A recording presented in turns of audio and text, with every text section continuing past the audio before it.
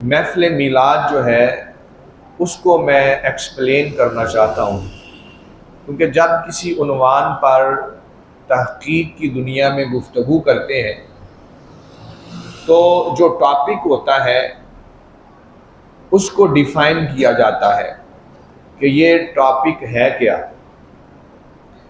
تو محفل میلاد جو ہے وہ حدود شرعیہ میں رہ کر نبی کریم رؤوف الرحیم جان کائنات، مقصود کائنات، روح کائنات، خاتم النبیین حضرت محمد مصطفیٰ صلی اللہ علیہ وآلہ وسلم کی دنیا میں تشریف آوری پر، آپ کی ولادت باسعادت پر، عالم نورانیت سے عالم بشریت میں ظہور پذیر ہونے پر خوشی کا اظہار کرنا اور اللہ تعالیٰ کی بارگاہ میں نذرانہ شکر پیش کرنا اور آقا کریم علیہ الصلوۃ والسلام کی عظمتوں، شانوں اور رفعتوں کو بیان کرنا، اس کا نام میلاد مصطفیٰ۔ وہ محفل ہو، وہ جلسہ ہو، وہ جلوس ہو، اس کے مقصد یہی ہے کہ حضور کی ولادت پر خوش ہونا، اللہ کا شکر ادا کرنا اور آپ کی عظمتوں اور شانوں کا بیان کرنا، جن میں آپ کی ولادت باسعادت سے لے کر آج تک آپ کی مختلف پہلوؤں اور مختلف شانوں کا اظہار کرنا، اس چیز کا نام محفل میلاد ہے۔ غیر شرعی جو امور ہیں ان کی نہ ہم تائید کرتے ہیں اور نہ ہی ہم ان کی حوصلہ افزائی کرتے ہیں۔ تو اب ہم نے دیکھنا ہے کہ یہ جو طریقہ ہے، یہ جو انداز ہے، قرآن کریم اس بارے میں کیا کہتا ہے۔ سب سے پہلے جب کوئی غیر جانبدارانہ کسی بات پہ تحقیق کرتے ہیں نا، تو تحقیق کے میدان میں سب سے پہلے ریسرچ کویسچن جو ہیں، تحقیقی سوالات قائم کیے جاتے ہیں۔ آج اصل میں ایسے موضوعات پر انتشار یا افتراق بڑھنے کی وجہ یہ ہے کہ ہم اپنے موقف کو ثابت کرتے ہوئے اور دوسرے کے رد میں سوالات بنا لیتے ہیں، جس کی وجہ سے معاملہ سلجھنے کی بجائے الجھ جاتا ہے۔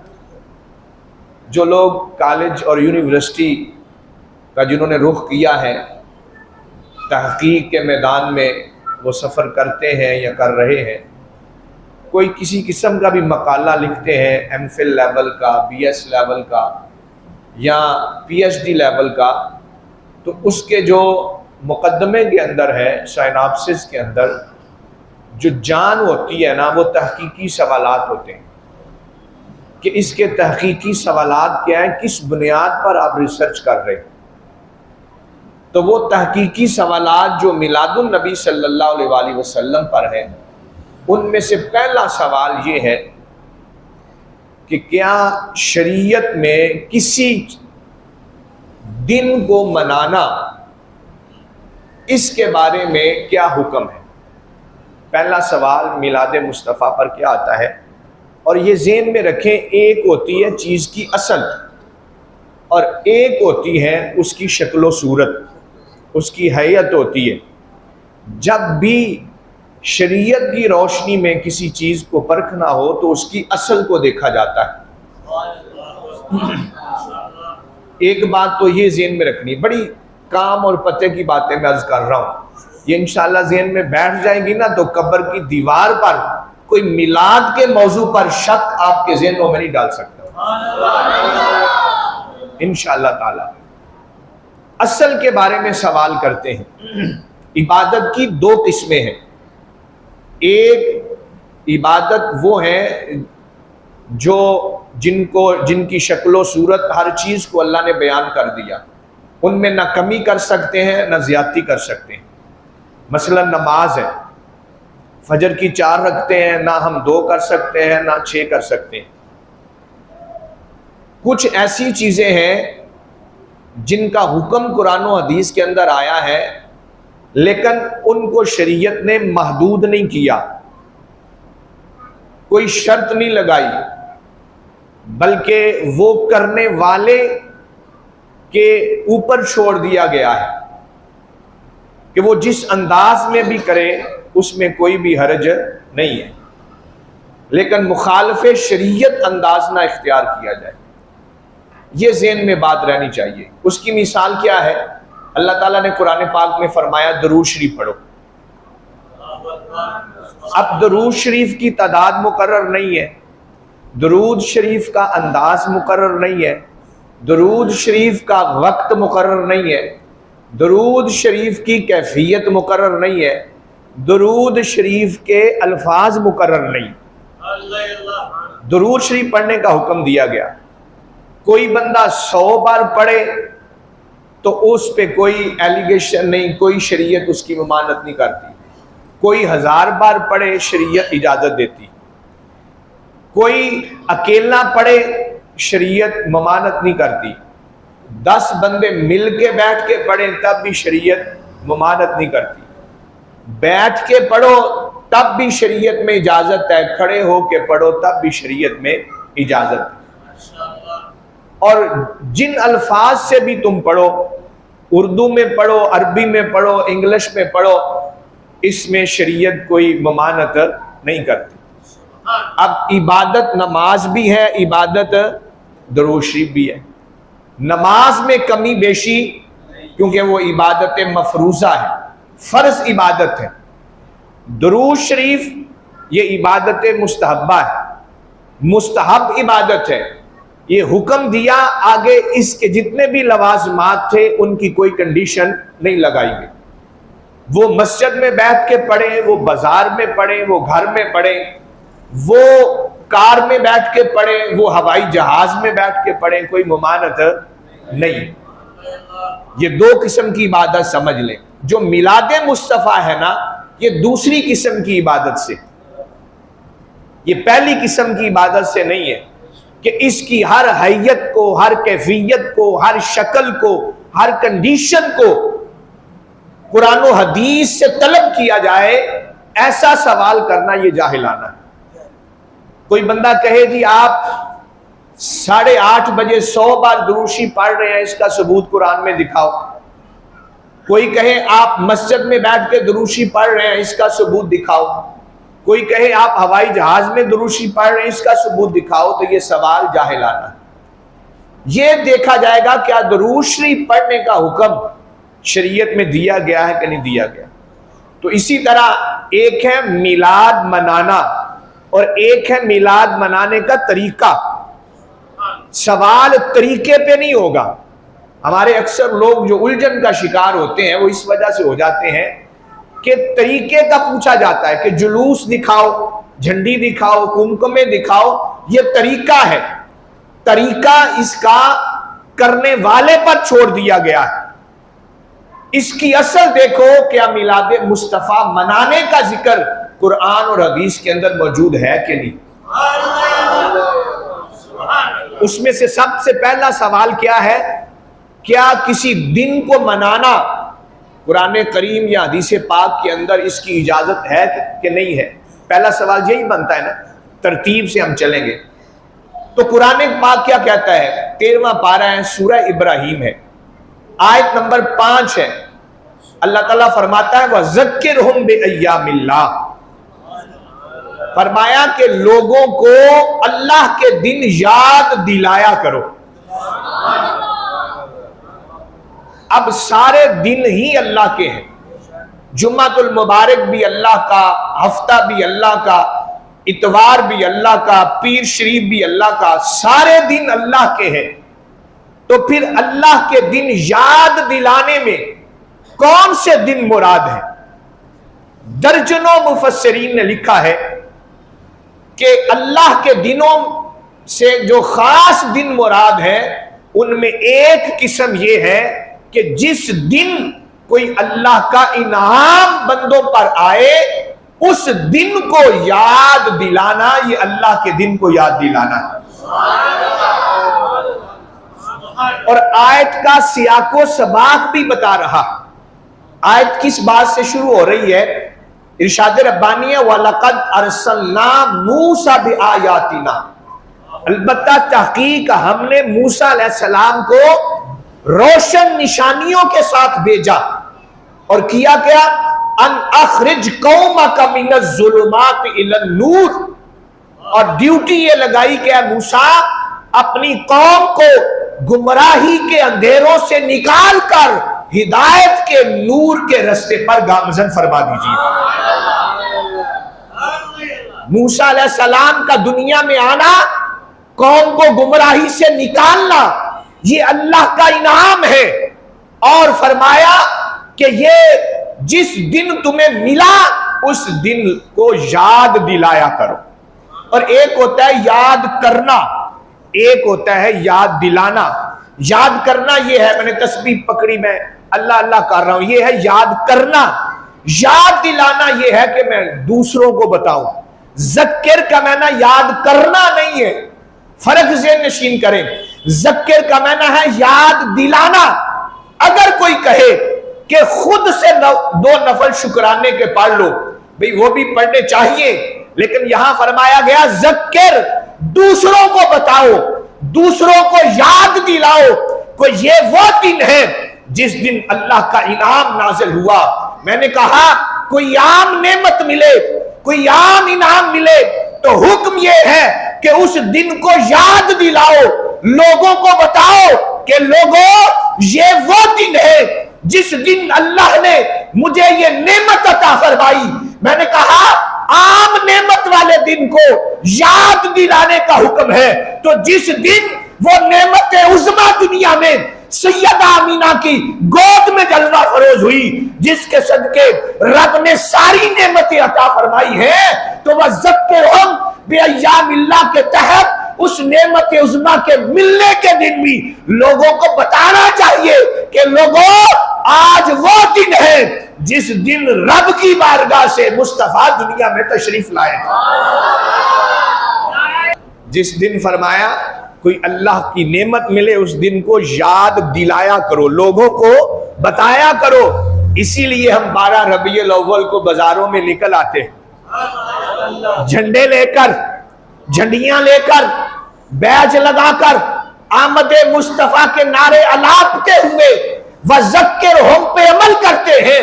12 ربیع الاول کو ساری دنیا کو بتاتے ہیں اے دنیا والوں آج وہ دن ہے جس دن رب نے عالم بشریت سے اپنے حبیب کو بشریت کا لبادہ پہنا کر سیدہ آمینہ کی گود میں نازل کر کے اہل ایمان پر احسان فرمایا ہے. پہلا سوال کلیئر ہو گیا کہ دن منانا شریعت نہ صرف اس کی اجازت دیتی ہے بلکہ شریعت اس کی ترغیب بھی دیتی ہے کہ ایسا کرو. اب آئیے اگلا سوال یہ ہے کہ ٹھیک ہے نعمت ملی، اس دن کو منایا گیا، تو کیا اس دن کو بار بار منانا چاہیے؟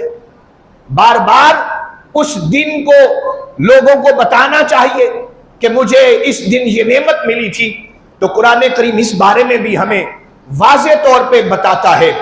معروف سورہ مبارکہ سورۃ القدر کے اندر اللہ تعالیٰ نے فرمایا اِنَّا أَنزَلْنَاهُ فِي لَيْلَةِ الْقَدْرِ، بے شک ہم نے اس قرآن کو شب قدر میں نازل کیا. قدر والی رات شب قدر میں نازل کیا. اب فرمایا کہ یہ رات کتنی عظمتوں والی ہے، لیلۃ القدر خیر من الف شہر، کہ یہ رات 1000 مہینوں سے افضل ہے. کیوں؟ اس میں قرآن نازل ہوا. یا اللہ قرآن ایک بار آ گیا تو کیا صرف ایک بار ہی اس رات کی قدر ہے، اس رات کی عظمت ہے؟ فرمایا نا، تنزل الملائکۃ والروح فیہا بِإِذْنِ رَبِّهِمْ مِنْ كُلِّ أَمْرٍ.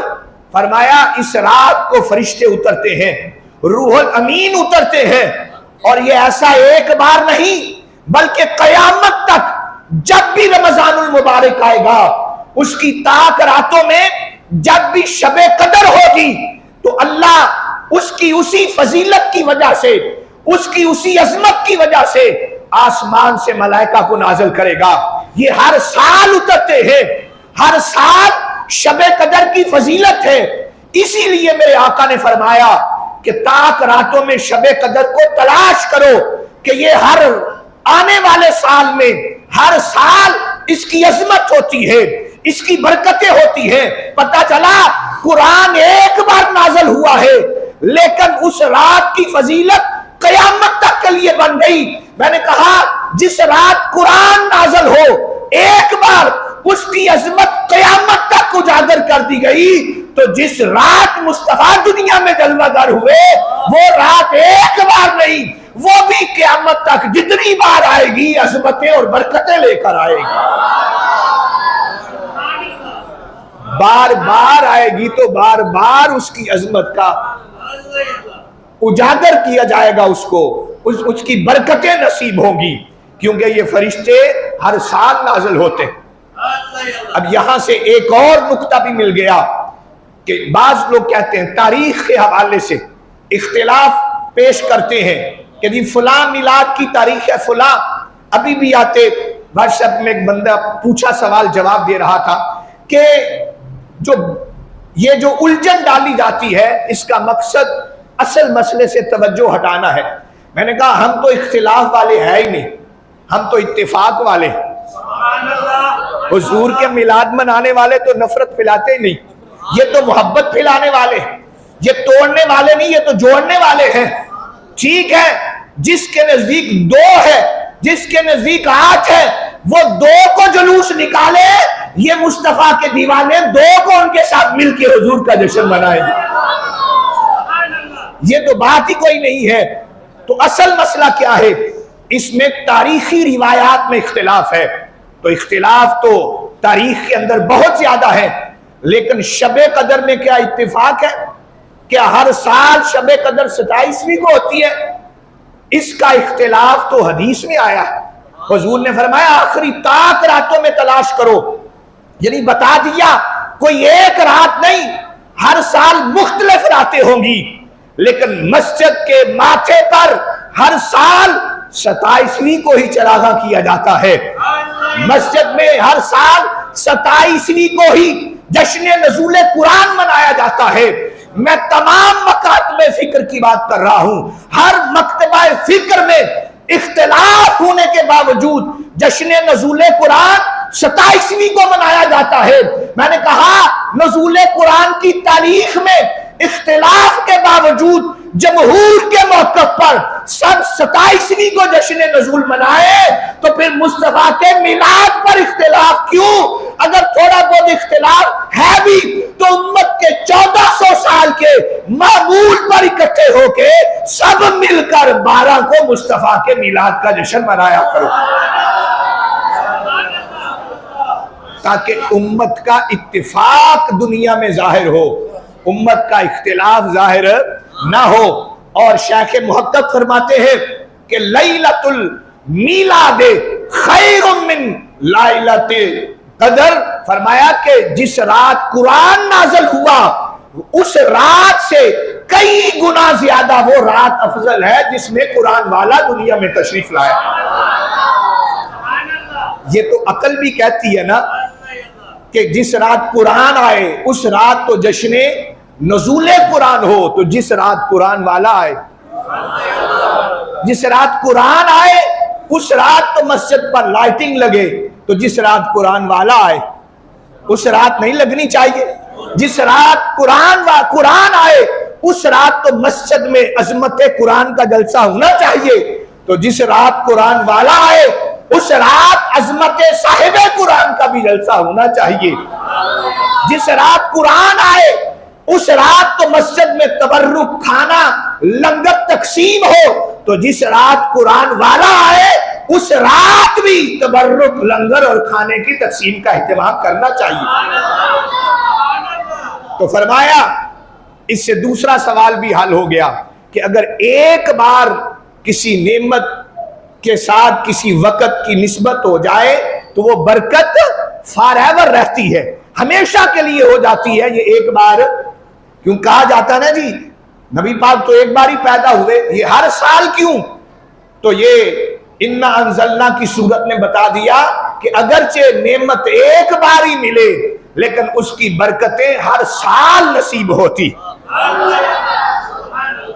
اب یہ سوال ہو گیا کہ دن منانا بھی چاہیے اور وہ دن بار بار منانا چاہیے. جب بھی وہ دن آئے یہ دن جو ہے وہ مناتے رہنا چاہیے.